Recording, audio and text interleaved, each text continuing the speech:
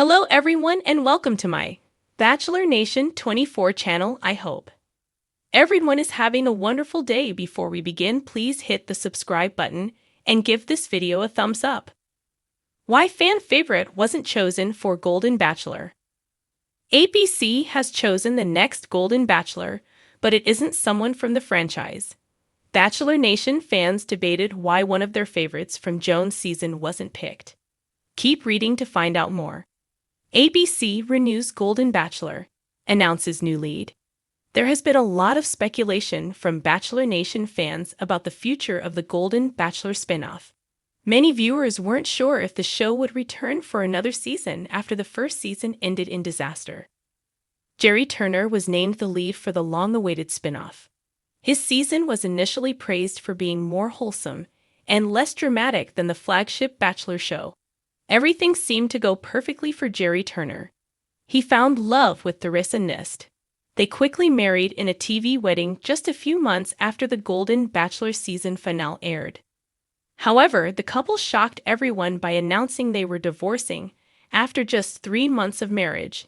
Jerry later revealed he was diagnosed with cancer, and that may have played a role in the split.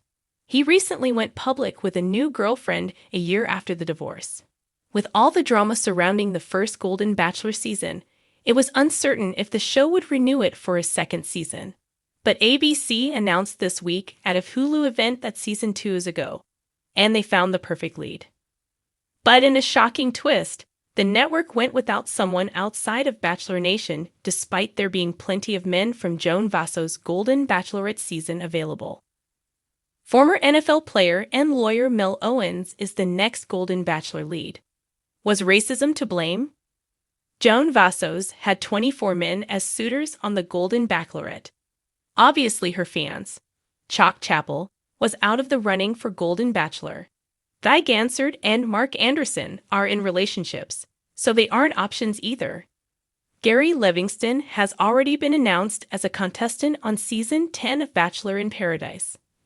More of Joan's suitors will join the beach spinoff as well. Jonathan Roan and Charles Ling were among the suitors widely considered by fans as shoo-ins for Golden Bachelor. Pascal Ibe threw his own name in the ring when he explained why he won't do Bachelor in Paradise. But ABC went outside of the franchise for the next Golden Bachelor lead. Fans took to social media to speculate if racism was the reason Charles Ling or Jonathan Roan weren't chosen. The franchise has come under fire for years for lack of diversity in the leads. The Bachelor has only had 2 black leads in 29 seasons, Matt James and Grant Ellis. Jen Tran was the franchise's first Asian American Bachelorette lead for season 21. But she faced racism from fans, and the messy ending of her season is often blamed for ABC's decision to put the spinoff on pause.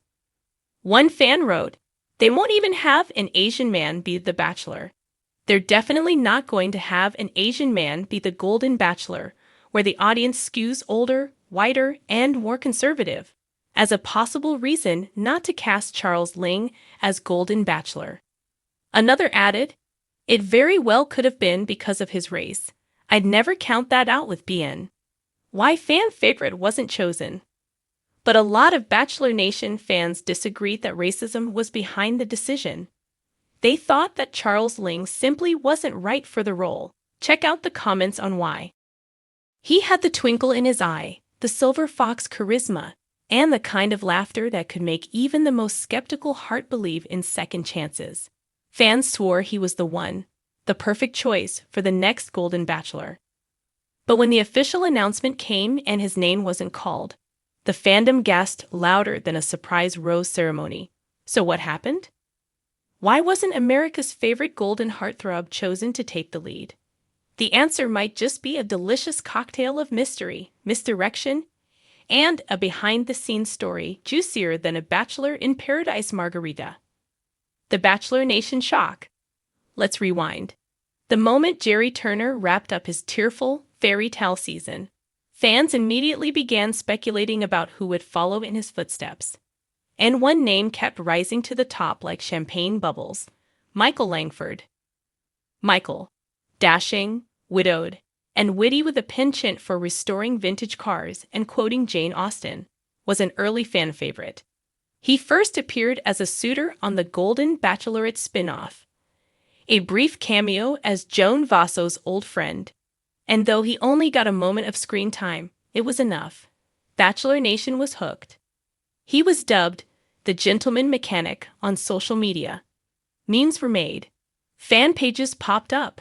One devoted follower even started a petition titled, "Make Michael the Bachelor or We Riot."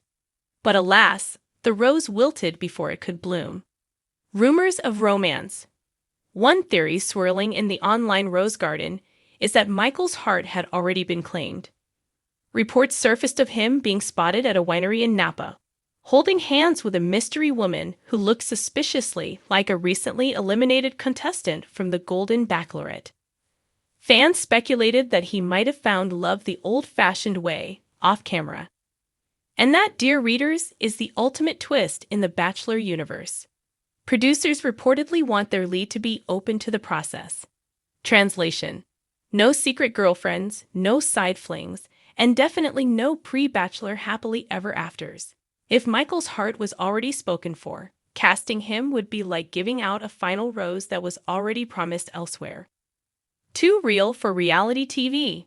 Behind the scenes, insiders whispered that Michael might have been too authentic, a surprising liability in the high-gloss, high-drama world of Bachelor Nation. While fans adored his sincerity, producers apparently worried that he was a little too reserved.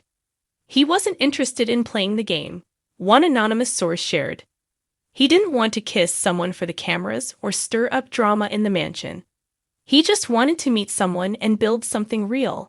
And while that's beautiful, it doesn't always make for great TV. In other words, Michael was the guy you want to build a life with, but maybe not the one who sparks fireworks on prime time. Age is just a number, until it's not another curveball. Michael was rumored to be too young. At 60, he fell just below the average age producers were aiming for, which was closer to 68 to 70.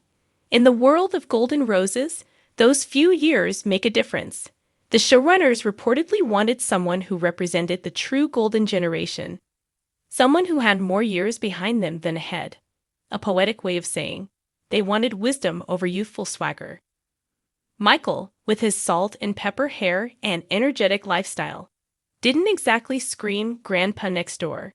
He still hiked, painted landscapes, and ran a local theater group. For producers, it was less cocoon and more eat, pray, love, and that didn't quite fit the vision. The one who got away on purpose. Then there's the tantalizing idea that maybe, just maybe, Michael said no. It wouldn't be the first time a fan favorite walked away from the golden opportunity of fame and roses. In fact, Bachelor history is littered with would-have-beens and almosts. But Michael's reasons, if true, are both humble and heartbreakingly noble. According to a close friend, Michael turned down the offer because he didn't want to put his adult children through another public spectacle.